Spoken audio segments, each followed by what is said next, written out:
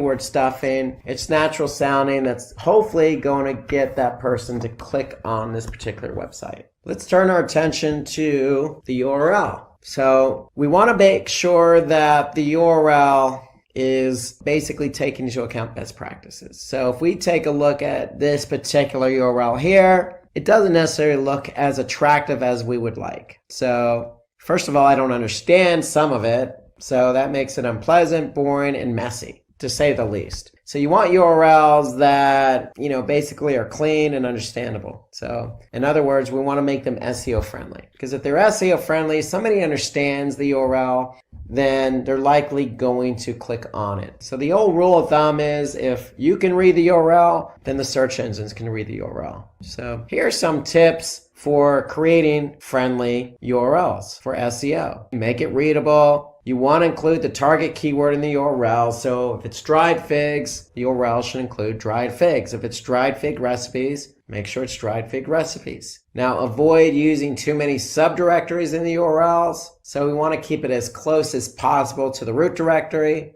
and match the URLs to titles most of the time. So let's go back to our example here. Here we can see this is valleyfig.com/recipes, not necessarily dried fig recipes, but recipes nonetheless. It's in the root directory. Okay, so at all costs, now this is in some cases unavoidable given that you may be dealing with an e-commerce website that's calling, content from a database. So if that is the case, you're going to have some dynamic parameters in the URL, which is fine. Just make sure you avoid having too many of those dynamic parameters. It's understandable to have parameters, but the rule of thumb generally is no more than 2 different parameters in the URL.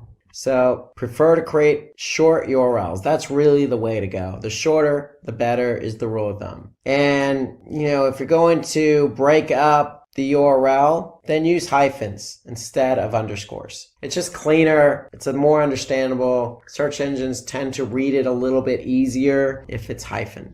So here's what a friendly URL looks like for search. You got your domain, you got a subcategory broken up with a hyphen, and then the product. So that's just a clean URL for a particular e-commerce site that has categories and subcategories. So again, we got Amazon.com. Your category can be electronics, your subcategory could be earphones, and your product could be Bode earphones. It's that simple. Let's start with talking about rich snippets. This is tip number 4. So we want to add rich snippets to improve your website's visibility on SERPs. So tip number 4 is all about rich snippets. So let's start out by asking ourselves, what is a rich snippet? So rich snippet is simply just a term used to describe structured data markup that you as a website owner can add to your HTML. So hypertext markup language or HTML is what is basically constructs a page. So if we can add more information to that, that will in turn allow search engines like Google to better understand the information that's on that web page. So the more Google understands about that web page, the more they can put into the search engine results page. So rich snippets is basically some structured data markup that we can add to our existing HTML. And so if we want to add rich snippets to search engines, then how would you prefer your products to be displayed? Well, if we have products, then we want to make sure that maybe we have reviews or maybe we have other information in there like links to our site. Okay, so there's a lot of different types of rich snippets that, we can add that Google can recognize and add to the search engine results. So if you have a product, then there's a lot of things we can add, like specifically product reviews. So we want to be able to add more information to the search engine results by working in some rich snippets. So basically the whole idea is to set up the rich snippet to drive targeted traffic. Okay, so because the more information in the SERP, the more likelihood you're going to get the click. And the more likelihood that click is specific traffic. So some of the benefits of structuring the data for rich snippets are, as I mentioned, increasing click-through rates, also increasing conversion rates. So when you get the traffic from organic search to your website, if somebody's looking for a specific product and you have a number of different good reviews showing up, let's just say 5 stars out of 5 stars, and you have 100 reviews showing 5 stars,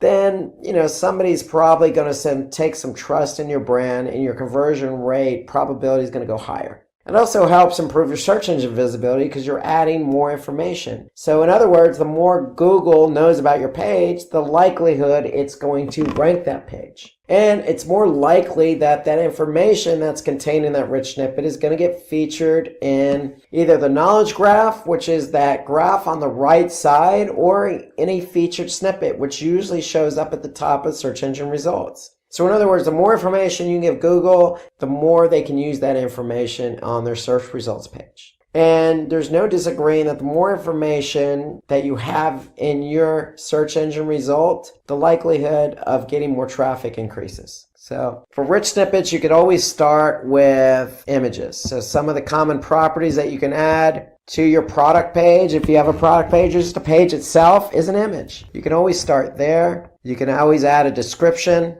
You can always add in ratings, and you can always add in reviews. So these are some of the most common attributes you can add as a rich snippet. So if you add that, Google picks it up. It's going to include that information in the search results. Okay, some others are offers, prices, site links, links to your site, and product availability. So all that information can be conveyed to Google. Google understands what you're trying to pass along. It's going to include that in the search results. So did you know that according to Ahrefs, over 99.58% of featured pages that have structured data already rank in the top 10 list of the Google search results page? So in other words, if you have rich snippets in your page, your chances of ranking in the top 10 of a Google result is going to be very, very, very good. Okay, let's talk about tip number 5. Optimize your site structure for a great user experience. So let's go over some of the tips that you would do for planning a good website for SEO. And so tip number 1 is you want a URL structure that follows your site's navigation hierarchy. So obviously homepage, interior pages. So depending on what type of site you have, obviously the navigation needs to follow that site's navigation, that site hierarchy. And it all starts with the homepage. You want to optimize your homepage to drive traffic to your product pages. So the homepage is nothing more than a doorway into your website. And so the site's navigation should link to all those different products. So if you have an e-commerce site with subcategories or categories, subcategories, then you want to be able to make sure your navigation reflects that. You want to build a comprehensive structure for internal linking as well, because when you're from the home page, obviously you want to be able to easily navigate to other pages. However, when you're on other pages, you want to be able to have a link pointing back to relevant pages and not necessarily on the home page. So this serves 2 purposes. 1, for the end user. Obviously, you want the end user to navigate through your website seamlessly, right? 2nd, for the search engines. They're following links. They want to be able to understand how your website flows and links together. So you don't want a scenario where it's a one-way street from the home page to interior pages. You want basically home page to interior, interior to other relevant interior pages. And that could be a lateral, or that can be a situation where it's a hierarchy. For example, homepage, category, subcategory, subcategory, etc. You want to be able to make sure your site is constructed in a manner in which the search engine can read it. So CSS or cascading style sheets or hypertext markup language, HTML, are your 2 most common languages. That's basically what browsers load. That's what search engines like to index. It just makes it easy for them to understand what your page is all about. Remember, we talked about rich snippets in the previous tip. Rich snippets are nothing more than supplemental HTML to describe what the page is all about, so that the search engines can understand that page and include reviews or include site links in the search engine results. So this is all based on HTML. So the more you provide the search engines in a more structured manner via HTML, the more the search engines are going to understand the page. Adding breadcrumbs to your product pages is also a good practice. If you have an e-commerce site and you have a category, then a subcategory, then a sub-subcategory, then a product page, well, it's probably not a bad idea to make sure you have a breadcrumb so that way somebody can easily go right back from the product page to, say, the category page or to the subcategory page directly without having to hit the back button or having to go through the navigation. Some good examples, I think Amazon does a good example of using breadcrumbs, given the amount of products they have on their site. So go check out Amazon if you want a good example for breadcrumbs. And then canonical tags. We want to make good use of canonical tags, and that's in order to avoid duplicate content. So a canonical tag is nothing more than a link element, basically, or an HTML element that basically prevents duplicate content issues. So in other words, if we have a canonical tag as a meta tag, basically we're telling the search engines, this is the preferred or canonical version of a web page. So use this web page. So it signals to the search engines which page they should basically index and pay attention to, and avoid all the other pages that have similar content. So that's the idea behind a canonical tag. So that's a good best practice. And then optimize your site for desktop and mobile. I can't stress the mobile part enough. Most users begin their journey on mobile. So if you're not sure about what the search engines like or don't like, you can always refer to Google Search Console for an example. So if you go to Google Search Console, they have a report called Mobile Usability. So if you click on Mobile Usability, you can see what pages they like, what pages they don't like from a mobile perspective. And if you have errors, they're going to tell you what those errors are. So if your website has text that's too small to read, they're going to tell you that these are the pages with this error. And so that allows you to go and address those errors, because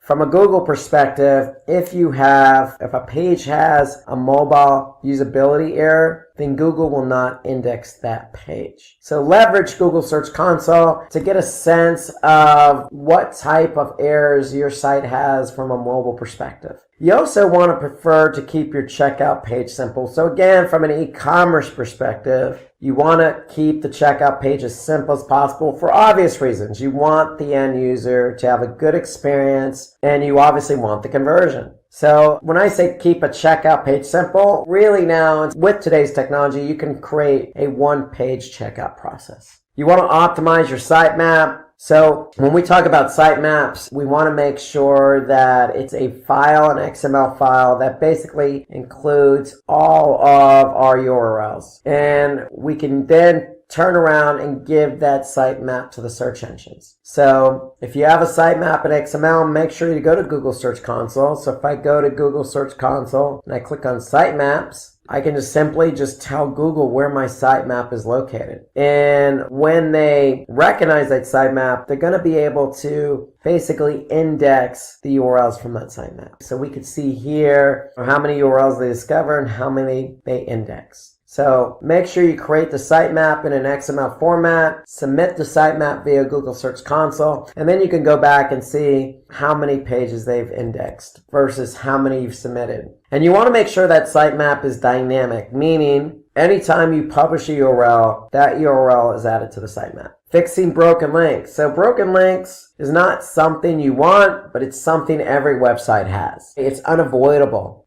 People publish pages all the time. There's test pages. There's all sorts of reasons why a site has broken links. You want to be able to address those. And again, going back to Google Search Console, we can basically see, just by looking at some reports, what pages have broken links and which ones don't. So we could certainly look at Search Console to get information about basically what pages are broken, which ones aren't. And then we want to prefer predictive searches and integrate product typographic errors on your search bar. So basically have a search bar that's a best practice, but anticipate knowing what people are typing in. So that means maybe going into Google Analytics and looking at the search terms report. So we can go into analytics and look at search terms, to get a sense of what people are searching for. But, when we talk about integrating product typographic errors, we're talking also about fonts. So we want to make sure we're using the latest fonts so that we don't run into any issues on our website,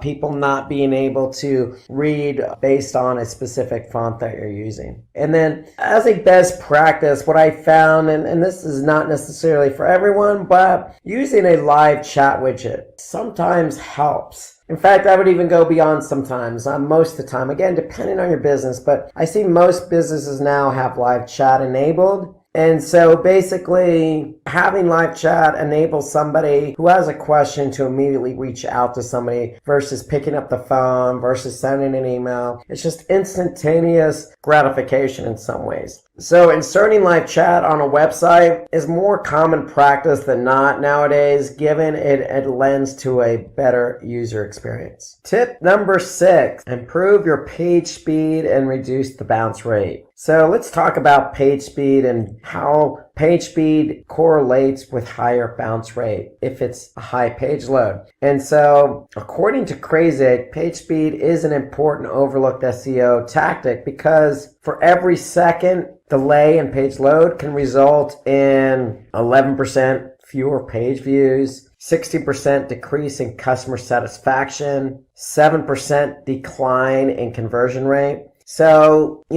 you can see here, regardless of how specific the numbers are, when you have a page that loads slow, you're going to have lower user engagement and a poor user experience. So you have to pay attention to page speed. And so since 2010, Google has been using page speed as a factor for page ranking in the search engine results. So here's some tips to focus on making sure your pages are optimal in terms of speed. So enable browser caching. Okay, you can reduce plugins if you're using WordPress as an example. Disable plugins you're not using. Using a simple website design, going back to tip number 5, stick with CSS and HTML. Don't do anything fancy in terms of technology because it's only going to complicate matters. Optimize your code, minify files, meaning, hey, if you're not using any code, just get rid of it because code has to execute and that slows down page load time. So if your website has numerous CSS and JavaScript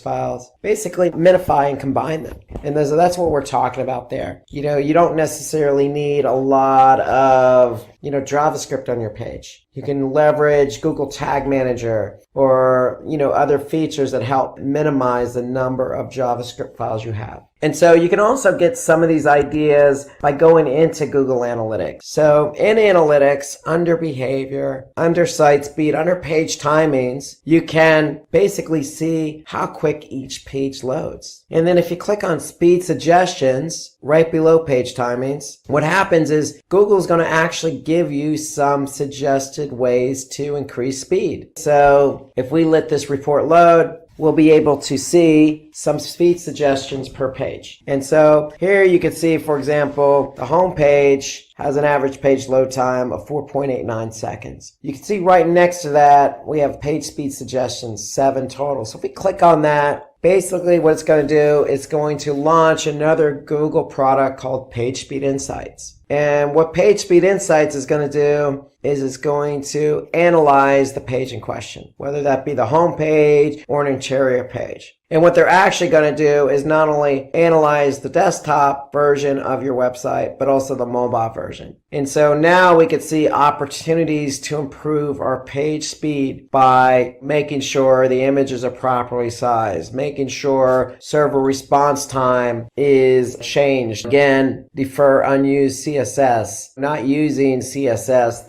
or getting rid of CSS or minifying it. So there's lots of things you can do. And again, this is desktop and mobile. So on the mobile side, we could see some of the other issues too that are causing high page load. And so analytics, site speed reports, page speed insights are good ways to get an idea, really excellent ways to really address page load time issues. So Again, these are just some of the common issues with page load time. There could be other factors. So leaning on those page speed insights reports will definitely help reduce page load time. So basically, according to Google, a website should have, time to first byte lesser than 200 milliseconds. Milliseconds is very, very fast. So in case your website is slower than 200 milliseconds, such as 500 milliseconds or more, you need to improve it. So you don't even have to measure it by milliseconds. You can even go by seconds, which is what most of us count time. And again, you could see that simply going into the speed suggestions report in Google Analytics. So ideally, in terms of seconds, you want something that's about, 4 seconds or less, 3 seconds or less, obviously as fast as possible. So case study, Walmart. Walmart reported the following results. So Walmart experienced a 2% increase in conversions for every 1 second of page speed improvement. So think about that. There's definitely correlation between page load time and speed. So, and conversions and user engagement. So the quicker your page loads, the higher the engagement. So with that improvement, they also experienced an increment in revenue. So meaning the pages load, people had a better user experience, they were able to check out easier, and that led to more revenue. So they were able to measure revenue against milliseconds. And that's something you can certainly do in analytics. You can correlate revenue with bounce rate. You can correlate revenue with page speed. Tip number 7, build quality links and increase the domain authority of your website. So Google's top 3 search ranking factors includes link building. So you need to have quality links from quality sites pointing to your site. And so that's a factor in terms of ranking. So that falls under off-page SEO. You need to build references and links on quality sites. And so building quality links to your content can give your product or category pages or even content or blog posts a boost in the SERPs. So it's all about quality over quantity. So it's always building quality links, not quantity. So let's talk about what kind of strategies you should implement. So if you implement these strategies, then you're going to likely see a lift in the SERPs. So earn backlinks from relevant and authoritative web pages. So what's authoritative? Well, authoritative is subjective to some degree, but it's also measurement in others. So you could use Moz as a good tool to measure page authority or domain authority. So if I go into Moz, Moz has a page and domain authority score between 1 and 100. And so you can actually see what sites have good domain or page authority just by entering in the domain.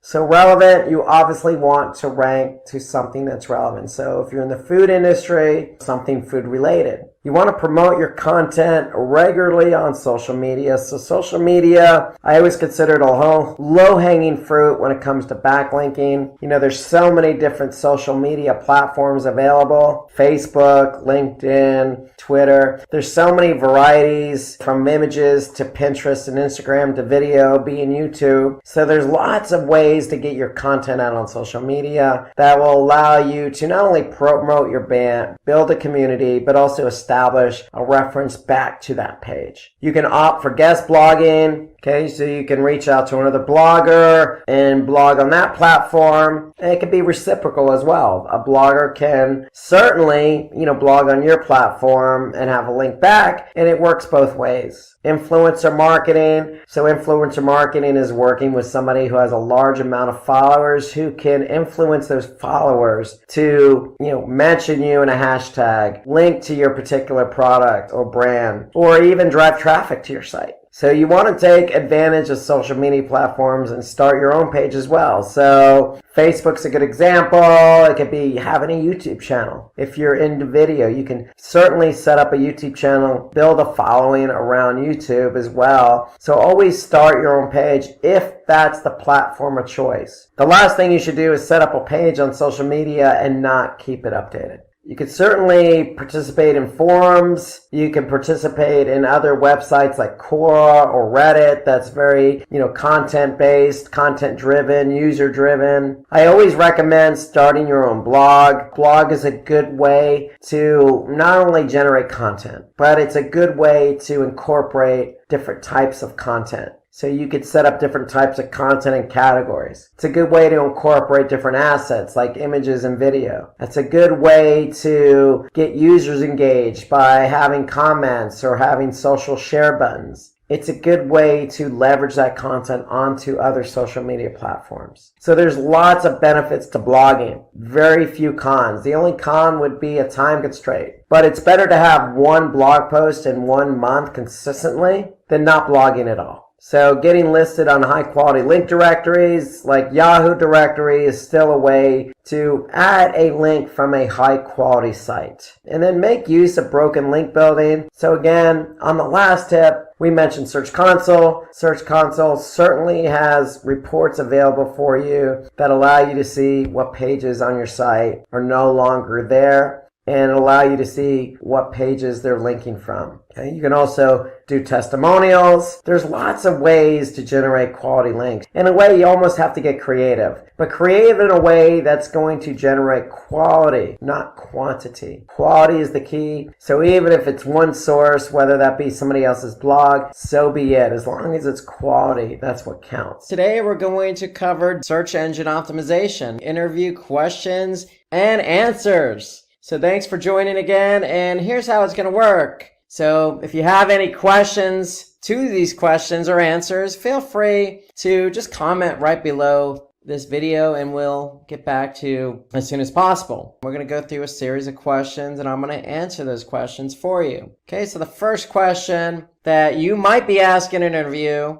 is differentiate between do follows and no follows. Okay, so if you've taken or listened to my SEO courses on YouTube for SEO, we talked a lot about do follows and no follows. And simply put, do follows are just signals to the search engines to follow the link. So there's a link on site A pointing to site B. We're going to basically tell Google, Bing, and some of these other search engines, hey, go ahead and follow that link. Now, a no-follow is just the opposite. So no-follow link doesn't allow the search engine crawlers to follow it. So if we have a link on our site, site A, pointing to site B, we can put a no-follow tag in there. And what that's going to do, it's going to signal to the crawlers, hey, don't follow this link. So in the end, if the crawlers don't follow the link, then there's not going to be any link juice passed. And so Google is not going to give you credit or give that site credit for having a link pointing to it or pointing to another site or from another site. And so it's all about linking. So we can control if there's links on our site, whether we want the crawlers to recognize those or not, simply with no follow tags. So just a reminder, link juice is the reputation or equity passed from one website to another. So if you have a link on another website and that website is of high quality, meaning their page authority, their domain authority is high, they have a lot of content, they're not spammy, they're really rich and they're relevant, then you may want to make sure that the link pointing from that site to your site is a no follow. So that way that Google can recognize the link from that site to your site. And basically that reputation is going to be passed on to you. Okay, so that's a do follow versus a no follow. And why would we do a no follow? Well, it depends. It really depends. A lot of social media platforms like Facebook have no follows. If you have a lot of content, you may not want to be pushing out a lot of do follows. It could actually look bad from an external linking standpoint. And so a lot of sites are really particular about who they want to pass link juice onto and give credit for the link. So it's a business decision at the end of the day. There's really no hard, fast rule here, except from an SEO perspective, if I have a site and I have a lot of external links pointing outward to other sites, I'm going to be particular about who I allow the search engine to follow and what links I allow not to follow. Okay, so here's an example of what they look like. So do follow is simply just the href. Notice The nofollow has the tag appended to it, the href tag with a nofollow. So if the search engine's crawling your site and they see that nofollow there, they're not going to follow that link, and vice versa. If there's a link on another site pointing to yours and there's a nofollow there, you're not going to get credit. The search engines aren't going to pick up that link. Okay, so question 2, what is 301 redirect and how is it different from a 302 redirect? So 301 redirects tell users in the search engine specifically that an original page has been moved, and this is the key word here, permanently. So permanently moved. We're going to explain that in a minute. So it's just moved from one page to another. And so if we don't have a page anymore, but we have a new page, let's just say you built a new website with new URLs, you want to make sure the old page is pointing to the new page with a 301 redirect.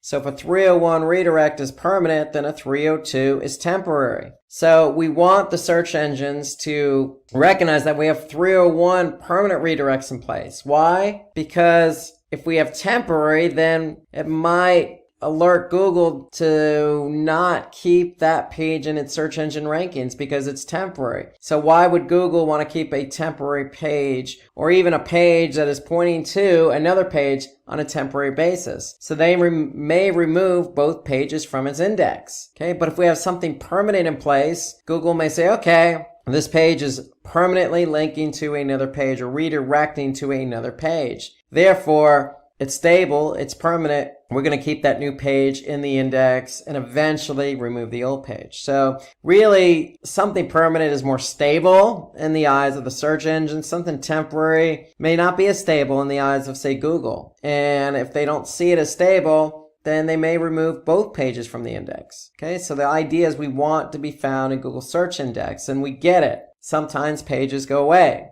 for a variety of reasons. And if it does go away, just make sure you have a new page for it. And that new page is a 301 permanent redirect. Okay, so question 3. Why are backlinks important in SEO? Well, we kind of hinted on that a bit with the nofollow. Because if we have a link from another website pointing to ours, and that link from that other website is really relevant, and it has a high page and domain authority, then it's going to benefit us. And so backlinks are important because if we have backlinks from high quality sites, it's going to improve the credibility of our site, especially if it's a do follow tag. So the search engines are going to recognize the relationship between the site that has a link pointing to us. Okay, so it's just going to build our credibility. It's going to increase our domain authority. And then the net effect of that is if we're credible and we have high domain authority, then that's going to increase the rankings of our pages. And when the pages increase in ranking, then we're going to get more of a lion's share of the traffic for certain keywords that our pages are found for. And if our pages are found and getting traffic, then because we have increased rankings, we're likely going to have increased traffic. And then it's just a snowball effect.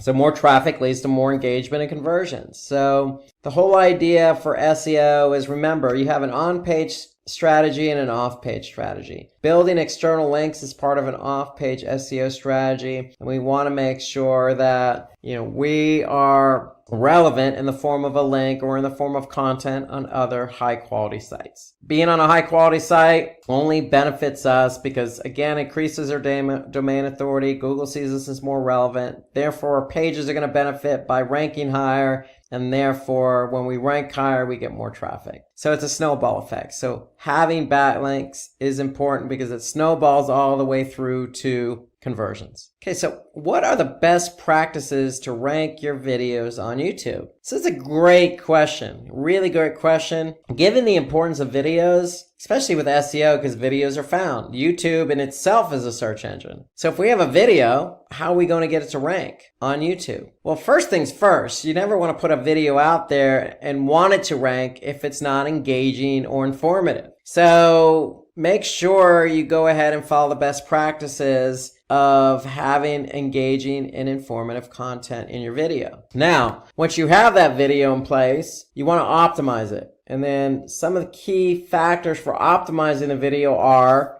you want to choose a title that has high search volume and low difficulty. Just as you would keyword, for example, for a web page, you want to choose a title with a keyword in it that has high volume and low difficulty, i.e. low competition. Okay, so you want a nice ratio there. And you want to choose a title that's going to get people to watch the video too. So it's not all about just choosing a title just for the sake of high volume. You also have to choose something that's relevant, that's going to be catchy as well. And then with that title goes the description. So you want a description that's very relevant to your title, okay? Because most people aren't going to click on a video just for the sake of the title. They're going to want to probably get a sneak peek via the description of what it is. So again, you want to optimize that description, but make sure the description is just as snazzy as the title. Okay, you also want to use accurate and relevant video tags, just as you would on Twitter or Facebook. Tag these videos. Okay, so make sure your title tag length doesn't exceed 100 characters because it will get chopped off. So again, that goes back to just writing something really short and to the point that's going to grab somebody's attention. Okay, you also want to upload a captivating thumbnail, something that's relevant, that's going to grab somebody's attention. And then again, we set it similar to the video tags. We want to use relevant hashtags. Again, just as you would with Twitter and Facebook, go ahead and throw some hashtags in there that people could see because people search via hashtagging. And then this goes without saying, you did all the work, created a really great video. It's engaging, it's informative, you optimized it. Feel free to promote your video on other social media platforms. Okay, don't just stick with YouTube per se. So the benefit here is if you post it on Facebook or LinkedIn or whatever platform of your choice and it gets engagement, people click on the link, go to YouTube, they're going to like it, and then other people are going to see that engagement. They're going to see how many people liked it or how many subscribers you have. So promote your videos to help you with the ranking of the video on YouTube. So that does play into it. So go ahead and promote it so other people can watch it, like it, comment, etc. And that's going to engage other people to want to do the same. So what is mobile first indexing? This is a really important and timely question. Mobile first indexing means Google's just using mobile friendly content for indexing and ranking websites. So in other words, Google, for example, has two bots. They have the traditional desktop bot and they have a smartphone bot. And eventually everybody that has a website is going to be migrated over to the smartphone bot. And so if that smartphone bot goes to your website and starts crawling, what do you think they're looking for? Their smartphone bot, they're looking for mobile friendly content. If it's not mobile friendly, meaning the page isn't designed for a smartphone browser, or let's just say the images are way too large, or you have to expand the text just to read it. A lot of these issues that somebody would have just simply trying to read something on a web page on their mobile device, Google's not going to grab that content. So you want to make sure it's mobile friendly so it gets indexed. And so if your website has a responsive design, Google will rank your website based on its performance on mobile devices. Okay, so you want to make sure that your website is mobile friendly. And if you're in an interview and somebody asks you this question, you could even take it a step further and say, look, I'm going to measure how friendly my website is for mobile devices in Google Search Console. Because Google Search Console has a report that will show you what pages on your website are not mobile friendly. And it's not a guarantee, but I could tell you if I'm Google and I'm crawling your site with my smartphone bot and that page or one of my pages is not mobile friendly, I'm probably not going to index it or rank it. So you want to leverage that report in Google Search Console to see what pages are mobile friendly. So that's a little bonus for you to really impress the interviewer who asked you this question. Because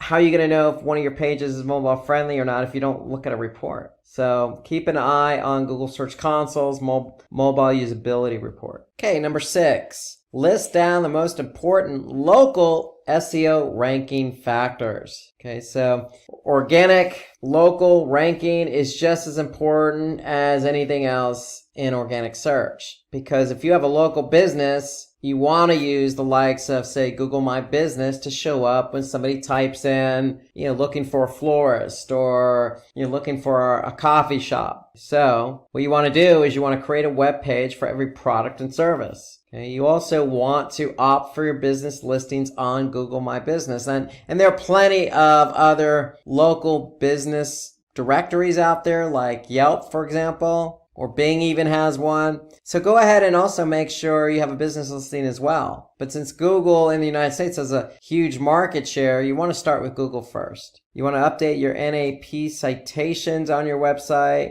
maintain consistency of your NAP. Okay, so NAP is name, address, phone number. So you want to make sure that that's current and consistent. So if you have a number on your website, make sure it's the same number on Google My Business. Okay, you can embed a Google map on your website.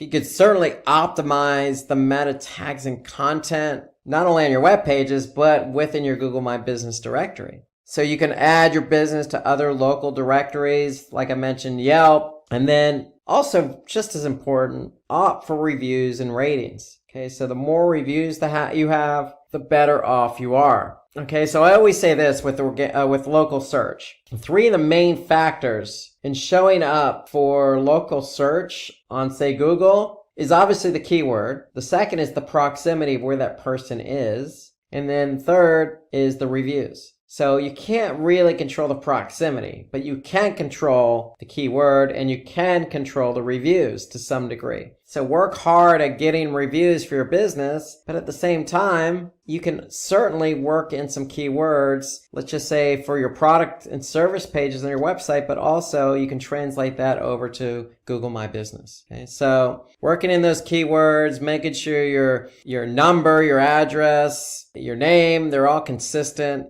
And really just spreading the business out on other directories. That's really, all these are really key factors for local SEO. Okay, so question number 7, how to avoid duplicate content, getting penalized for duplicate content. So for example, if you have 2 different versions of a web page, you may result in a duplicate content issue. So it's just SEO 101. You never want to have two or more pages with the same content. So what do? Well, we can avoid this in having Google penalize us by, again, setting up a 301 redirect. Remember, 301s are permanent. We can also use what they call a canonical tag. And a canonical tag basically alerts the search engines as to which page is the original. Okay, so if we have an original page, we want to point to that page with our canonical tag. And then the third option is opt for preferred domain in Google Search Console. Okay, so if you have multiple domains, make sure you set up a primary one in Search Console. So those are ways to work around it. Of this 3, I would always go with the canonical tags because that's just a tag that's going to sit on the page. It's going to alert Google as to what the original is, just in case they get their hands on the duplicate. So all the pages that have the same content are going to have the same canonical tag pointing to one page. So again, 301s are permanent. You could simply just redirect one to the other if you end up having duplication. Or you could just tell the search engines, hey, this is the original page. Or you can go through Search Console. Okay, number 8, what are the tactics to increase a web page speed? Okay, so what are some of the tactics? Well, when you build a site, especially for mobile, you want to keep it as simple as possible. And what I mean by simple as possible, really, I mean, hey, use a simple website design. Don't get overly creative, if you will. Most websites, all websites have images. You're not going to be able to get around that, but just make sure you optimize your images. In other words, don't have such a large image size. If you don't need something very large, don't have it. Okay, you want to improve server response time. And what do we mean by that? Well, your site's sitting on a server somewhere. You can own that server or you can be renting it out from, say, Amazon Web Services or let's just say GoDaddy as your registrar.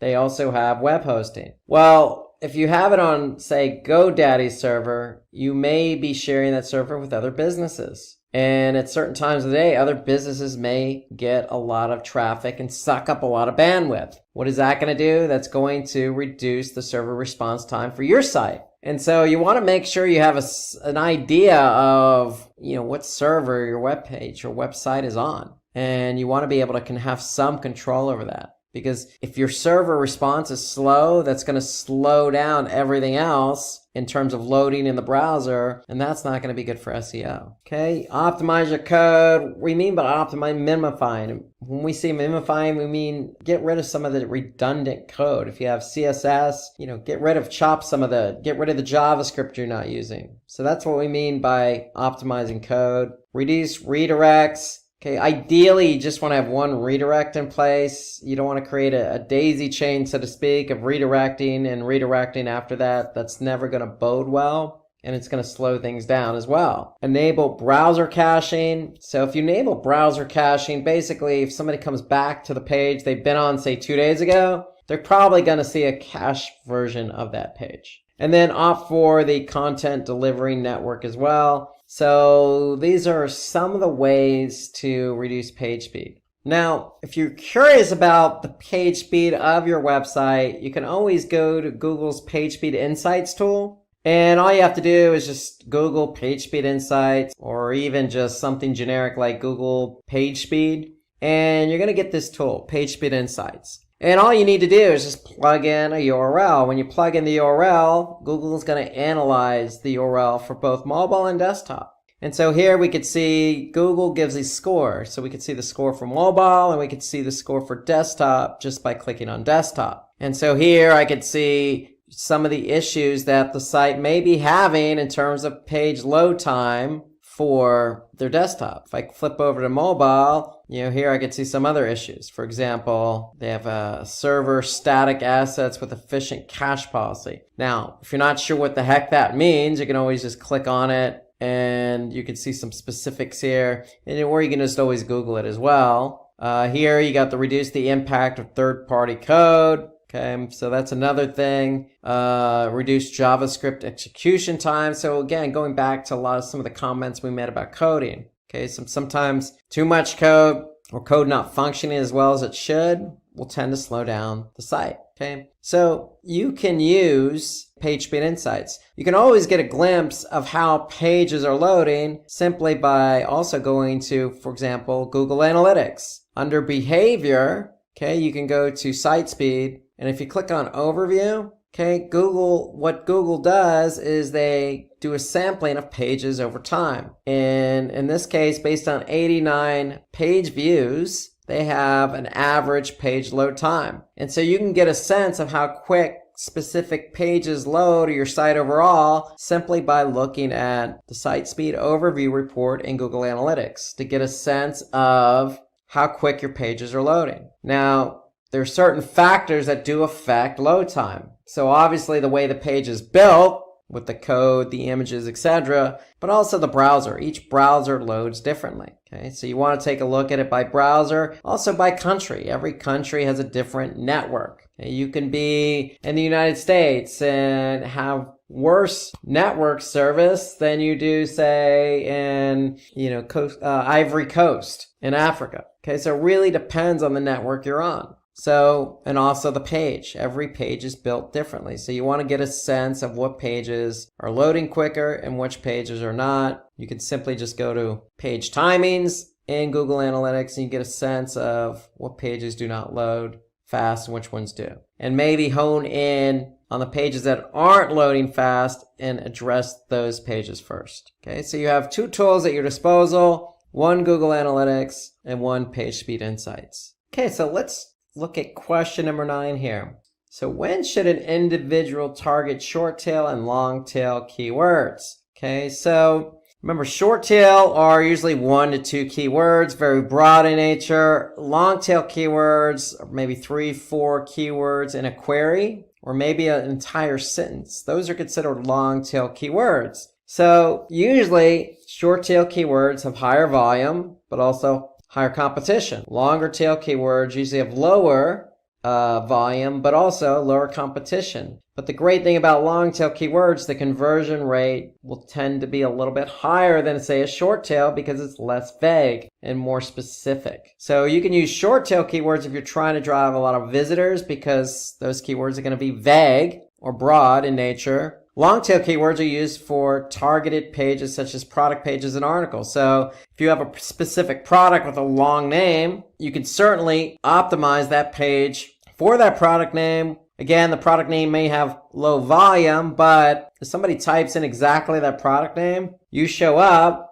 the chance of them converting are going to be very high. So you don't have to always be that specific with the product name, but try and be as specific as you possibly can in order to get somebody to click on your link in the search engine results and get them over to your site to convert. Okay, so those are really the big differences. Short tail, very broad, very vague, a lot of volume, but also a lot of competition. But hey, if you're ranking for a short tail keyword, you're probably going to get a lot of traffic. The conversion rates may not be as high as something, say, long tail, where, hey, maybe you're just honed in on a few set number of products and you don't care a lot about the traffic. You just care about getting the relevant traffic to your site to convert. Okay, number 10, what are the important elements to focus while developing a website? So we're talking in terms of SEO. Okay, so if somebody asks me this question in an interview, what am I going to focus on while developing a website? Well, the answers are right here. Yes, we talked about mobile. Mobile is so important because a lot of websites are going to be indexed with Google smartphone bot. So mobile usability is very important. So we need to make sure our website is responsive for mobile. Just some basic practices when it comes to site architecture and navigation. We want to have a simple URL structure. Okay, no overly cumbersome. The navigation should simply be clean and neat. Okay, if you have 5 products, okay, maybe you have in your navigation, you have something called products with all 5 listed, or you have all 5 products in the main navigation. The key is you just want to make it clean and neat and easy for somebody to find.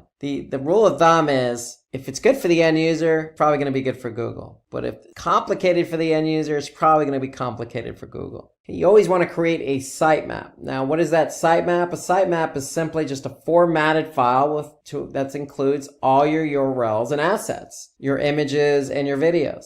They're going to be sitting on your server as well. So you want Google or these bots to be able to find your pages and assets. And by the way, you want to take it a step further and make sure you upload that sitemap, which is sitting in the root directory, meaning domain.com/sitemap.xml. Okay, you want to take that sitemap and make sure you input that sitemap location in Google Search Console. That way, Google Search Console has a one-way ticket to grab the elements in the sitemap. Another important element to focus on while developing a website is having a robots text file. And all a robots text file is, it's like a lock, I always say, to a house. So if you lock a door in your house, nobody's going to be able to get in that door. So that's all a robots text file is. You're telling Google and these other bots that are coming to crawl your site what's locked and what's not locked, meaning what they have access to and what they don't have access to. So you want to be able to make sure you have a robots text file if you're trying to non-index specific pages of your website. Because if you tell Google, don't crawl these pages or this directory, they're not going to get crawled. And if they don't get crawled, they're not going to get indexed. So robots text file is an important element to focus on while you're developing your website. And while you're developing your website, it could be on in a directory just called new website.